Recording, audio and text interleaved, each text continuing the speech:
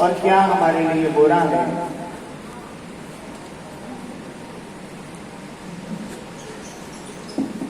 तो होता क्या है कि बाल्य अवस्था में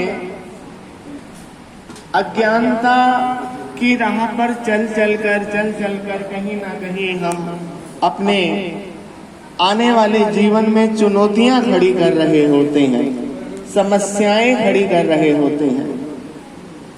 और जब हमारी उम्र सरकते सरकते उम्र के उस पड़ाव पर पहुंचती है, जिस पड़ाव पर पहुंचकर व्यक्ति को जिम्मेदारियों का बोझ उठाना होता है, तब उसे समझ में आती है कि हम अपनी उम्र में पीछे, अपने अतीत में, अपने पास्ट में क्या भूलें कर आए।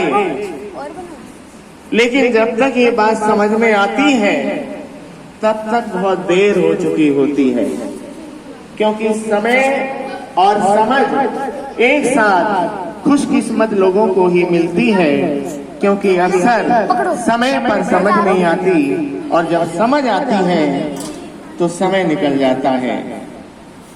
जब समय था तब समझ नहीं थी और जब समझ आई तो समय निकल गया।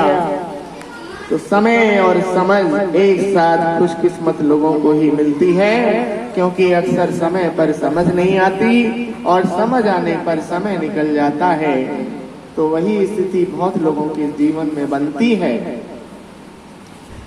सही बाल्यकाल में समय का ज्ञान समय पर हो जाए और समय पर मिला हुआ ज्ञान समय पर ही इम्प्लीमेंट कर लिया जाए तो उससे मिलने वाले लाभ अधिक मात्रा में होते हैं। और समय गुजर जाने के बाद मिला हुआ ज्ञान एक थ्योरिकल ज्ञान बनकर रह जाता है। इसलिए ये जरूरी है कि जब बच्चे छोटे हों तो उनके अभिभावकों का ये पुनीत कर्तव्य बनता है कि वो शुरू से ही चीजों को ठीक लेकर चलें, क्योंकि वो अपनी उम्र में होने वाली भूलें और उन भूलों से मिलने वाले परिणाम देख चुके होते हैं। उन्हें मालूम होता है कि हमने जीवन में उम्र के किस किस पड़ाव पर किस किस तरह की भूलें की और किस किस तरह की भूलों से हमें क्या क्या परिणाम मिले थे, वो ये देख चुके होते हैं। तो फिर उनका ये पुनीत कर्तव्य हो जाता है कि जो भूलें हमसे हुई, ये भूलें हमारी संतान के द्वारा फिर से वो कहानी रिपीट ना हो जाए। इसलिए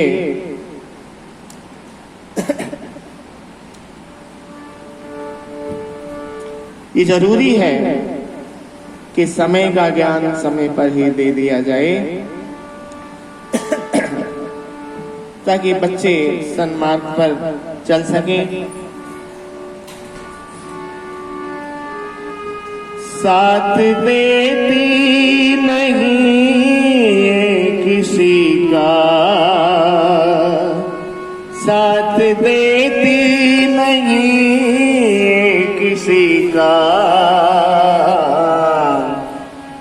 क्या भरोसा है इस जिंदगी का, क्या भरोसा है इस जिंदगी का।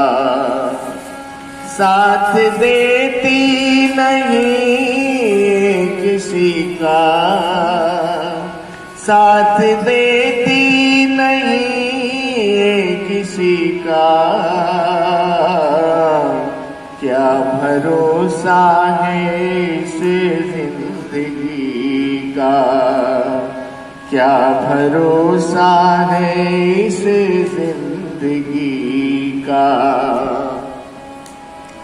सांस रुक जाएगी चलते चलते, शमा बुझ जाएगी जलते जलते। सांस रुक जाएगी